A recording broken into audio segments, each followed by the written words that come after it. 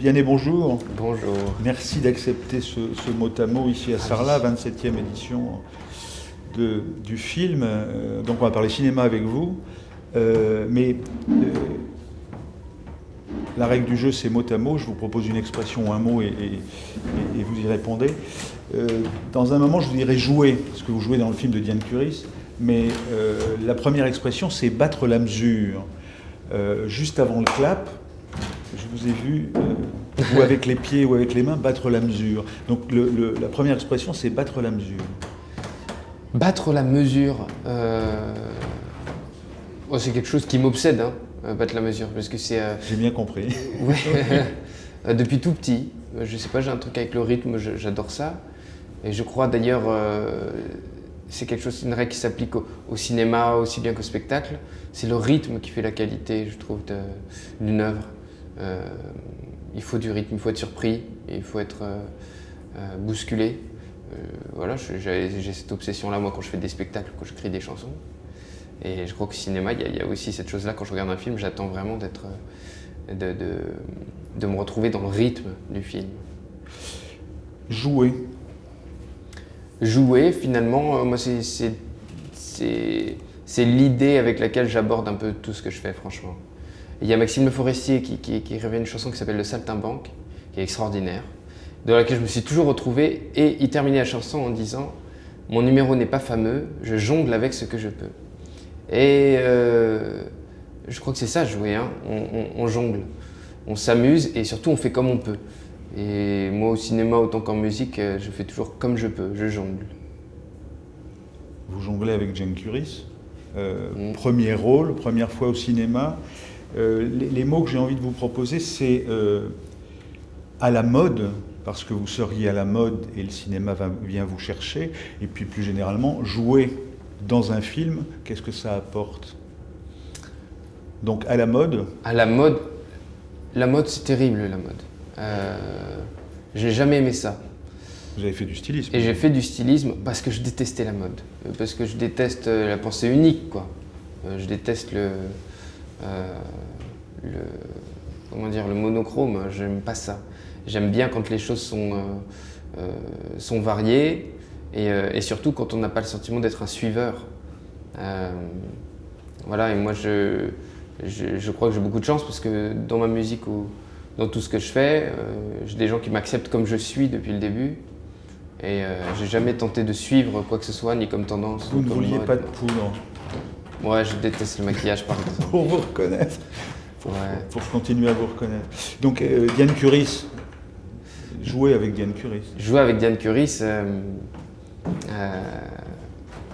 comment dire?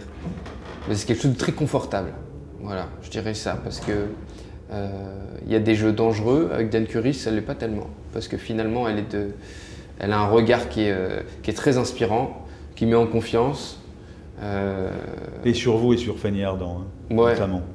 Et exactement. Et avec Fanny Ardant, il y avait également cette confiance-là qui régnait sur le plateau et qui fait que du coup on peut jouer sainement. Et avec Diane, j'ai le sentiment d'avoir beaucoup joué, mais de la plus jolie des façons. Extrait de ce film « Ma mère est folle ». Madame Nina Weber? Oui. Maître Janvier, huissier de justice. On a tous une mère.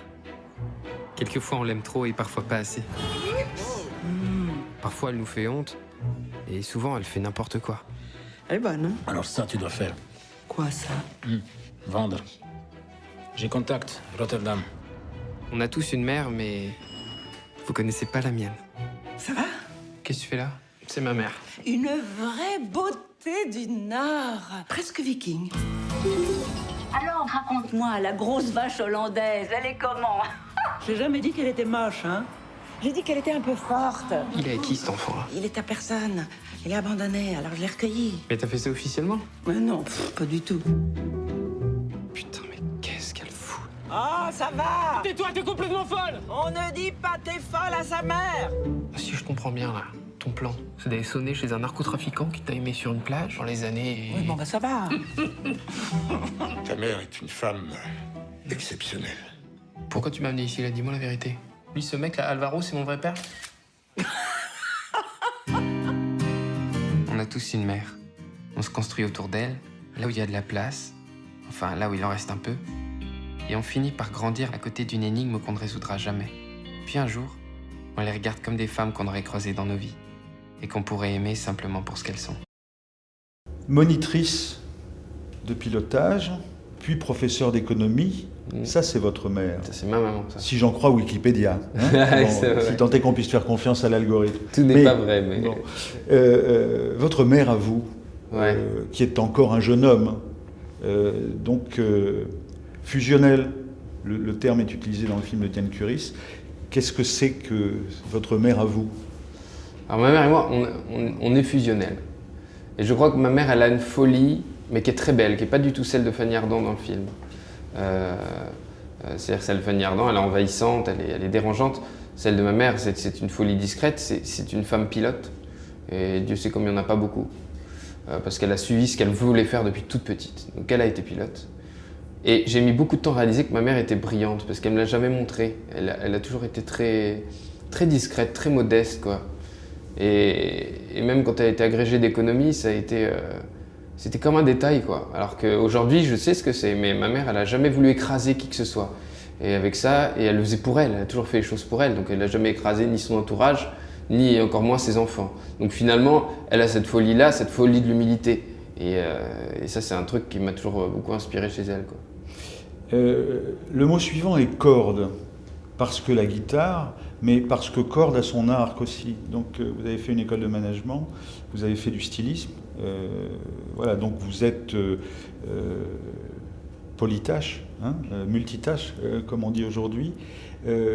Ces cordes-là, à quoi servent-elles? Le management, le stylisme, mais finalement la chanson que vous commencez à écrire quand vous êtes petit adolescent.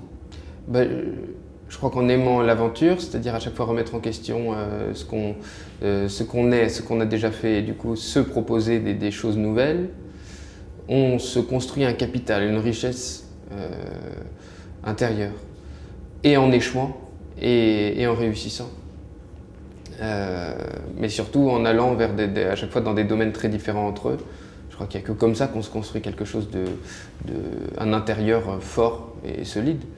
Et moi, depuis tout petit, c'est ça qui m'intéresse, c'est faire des choses que je ne maîtrise pas et que je ne connais pas.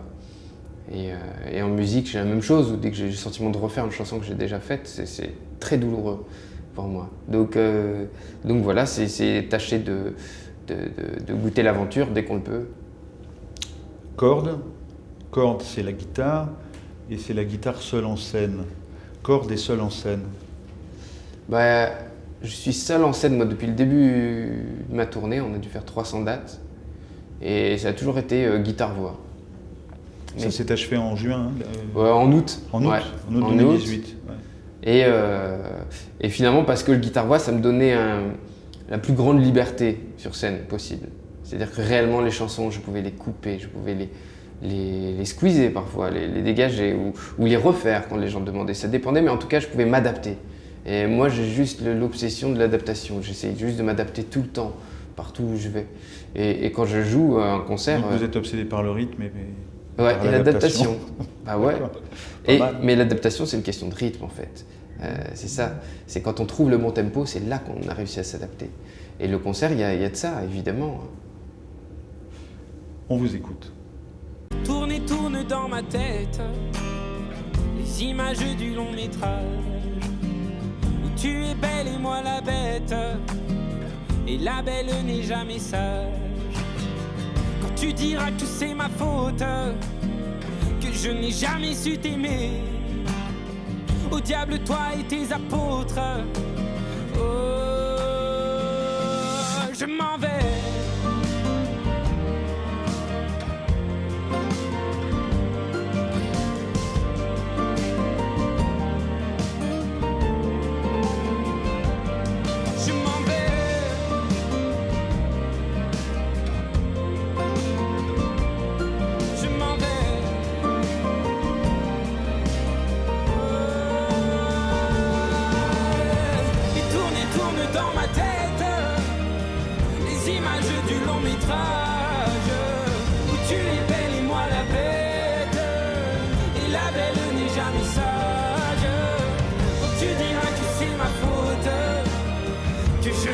jamais su t'aimer.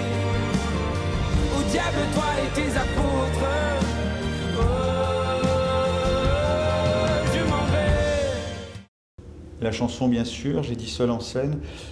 La question de la solitude, mais pas la solitude sur scène, la solitude dans la rue, la solitude des autres, SDF notamment, auxquels vous venez régulièrement en aide, en tout cas en soutien. La solitude. La solitude, ce qui est très singulier avec la solitude, c'est que c'est un luxe pour certains, comme pour moi. Je rêve d'être seul très souvent. Et pour d'autres, c'est un fardeau. Donc il ne faut jamais oublier ça. Je crois qu'il y a la solitude sociale là, que vous évoquez, se sentir exclu. Moi, j'essaie de ne jamais oublier ça. Qu'il y a évidemment des moins chanceux que moi depuis le début.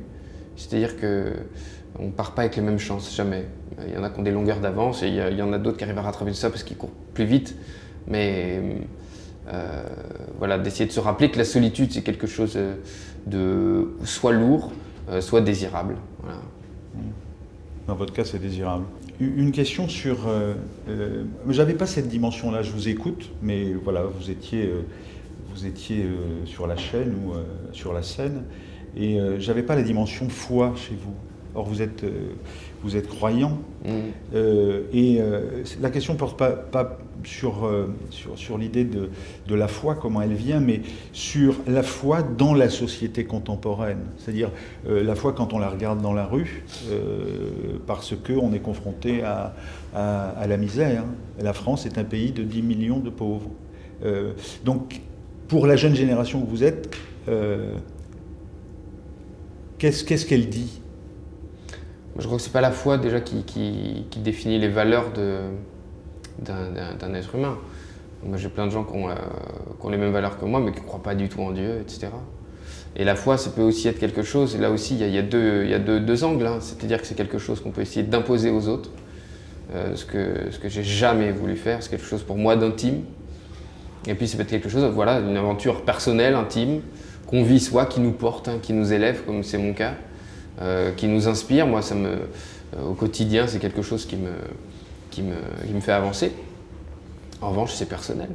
Et la foi, on ne convainc pas quelqu'un de sa foi. Ça s'appelle du terrorisme. On ne force personne à croire. Ça ne devrait pas exister. Chacun croit en ce qu'il veut et vit sa liberté. Dernière expression. Je sais que vous avez des engagements juste derrière nous. Dernière expression, c'est notre Père.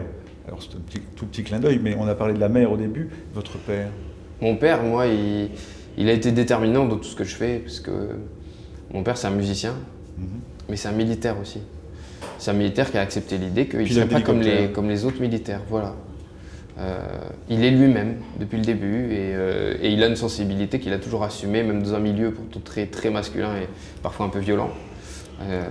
Mon père, il a toujours été très sensible, très, très artiste, clairement. Et il m'a vraiment transmis ce truc-là, depuis tout petit. Merci, Vianney. Merci à vous.